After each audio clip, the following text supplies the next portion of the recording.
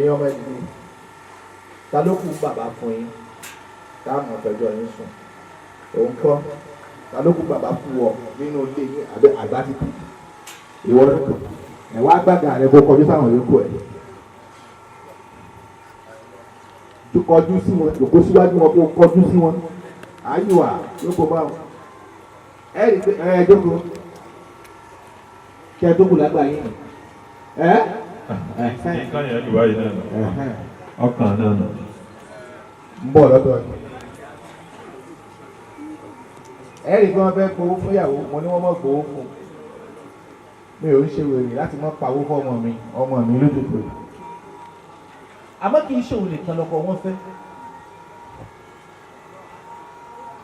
ìyá òpó ló bí wọ àbó ló bí wọ ìyá tiẹ̀ wà lọ́tọ̀ ò níyà àbúrò ni èmi wà ní ti ṣe alájà yìí lóbi tàbá fowó fílì àwọn yòókù nǹkan àgbọ̀dọ̀ ṣàbòsí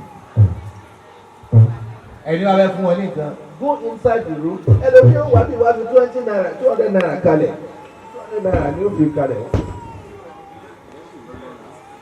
eléyìí tí wọ́n lò fún abẹ́tẹ̀ ilé 200 naira ni ó fi lẹ̀ bẹ́ẹ̀ ẹgbẹ́ tó bá wọlé kò ní fún 200 naira ẹni wàá fẹ́ fún ní nǹkan àjà àbúsá o tí ìmọ̀ tó ń pè lóyà ó nígbà tí gbogbo wa yìí bá túká tán.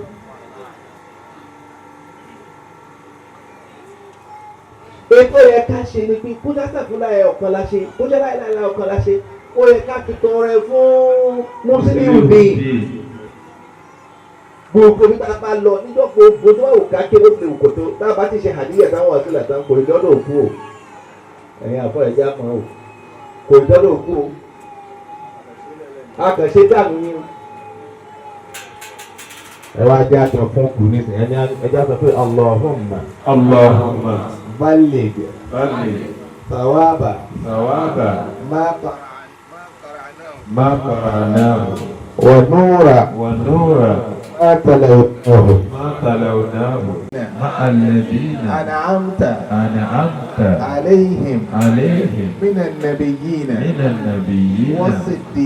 والصديقين والشهداء والصالحين وحسن أولئك رفيقا آمين gbogbo tó ná síbí àwọn àfáwọ́ dání ó dà ní rántí àwọn àbá kan ò tiẹ̀ mẹ́ni tí wọ́n wí àní rántí ṣàdúrà fún abẹ́ ìtawí gbogbo tó wulẹ̀ kó ṣe lóde ó ti fún Musiliu ní nǹkan tó ní èmi wá dàbí ọjọ́ mẹ́jọ tá à ń kó mọ ẹni ìzòlùmọ́ tó sàlásùn ní Kùránì wí kò tó fún rẹ ká bọ́ sí tá a fi parí ìgbésí ìrìn bíi ó ṣẹ̀ṣẹ̀ bọ́ sí ni bá a ti wá bí fọyín tá à ń ṣàdúrà fún ọjọ́ náà bẹ́ẹ̀ náà ni gbogbo wa náà tó dá orí wájọ fún lẹ́yìn ó la ṣẹ̀ṣẹ̀ dájọ́ yìí o ọlọ́run masha wọlá Muhammad sallallahu alayhi wa sallam kó bá kẹ́ Musiliu àmín kó bá gẹ̀ àmín kó bá tẹ̀ sáà kó bá tẹ̀ sáà jẹ́ náà àmín. ó kù nǹkan tí mo fẹ́ sọ fún yín oní tíátà wọ́n ń bira yín pé tẹ̀ bá ṣe ní nǹkan tán kí ni ó dálẹ̀ láàrin àwùjọ.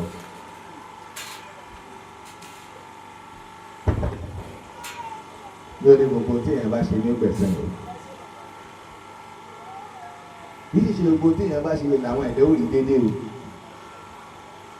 ẹlòmíràn rí dáadáa ẹlòmíràn rí lọ́nà tí ó dáa àmọ́ téèyàn tó pọ̀ tó rí dáadáa bá pọ̀ ẹ̀san téèyàn ó gbà yóò kùn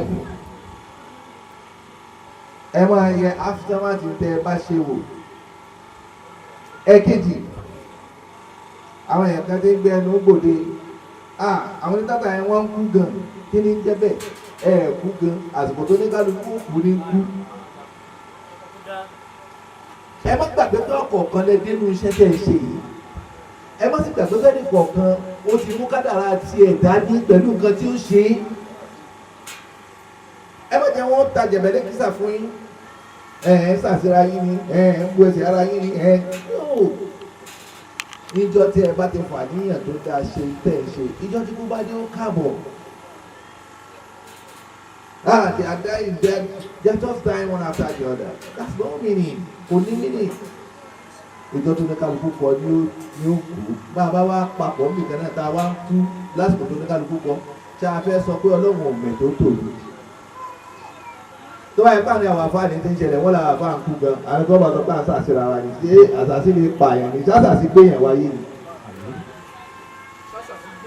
àṣàṣì ò gbéyàn wáyé bẹ́ẹ̀ làṣàṣì ò sì lè pààyàn ọlọ́run ọba yóò jẹ́ kí ọjọ́ jìnnà síra wọn Àmín. láàrin yín. Don't ever attach a meaning, a negative meaning to incidences like this amongst you. Don't ever. Whenever it happens, ẹ pawọ́pọ̀, ẹ dúpẹ́ fọ́lọ́run. After it, ẹ jókòó, ẹ pa àwọn ẹni Ọlọ́run. Ọ̀tọ̀ lẹni tó kó tẹ̀sùbá sọ̀rọ̀ tó kó tẹ̀sùbá sọ̀rọ̀ tó wé láwà ní tó wà ní kébà tí ń ṣe yá ṣe hù. Omi ló ń lò. Àwọn kọ́ o, àwọn kọ́ o. Thanks for watching GboahTv. Remember to subscribe to our channel for more awesome videos. As we regularly release new content, we reward our top commenters every month. Thank you.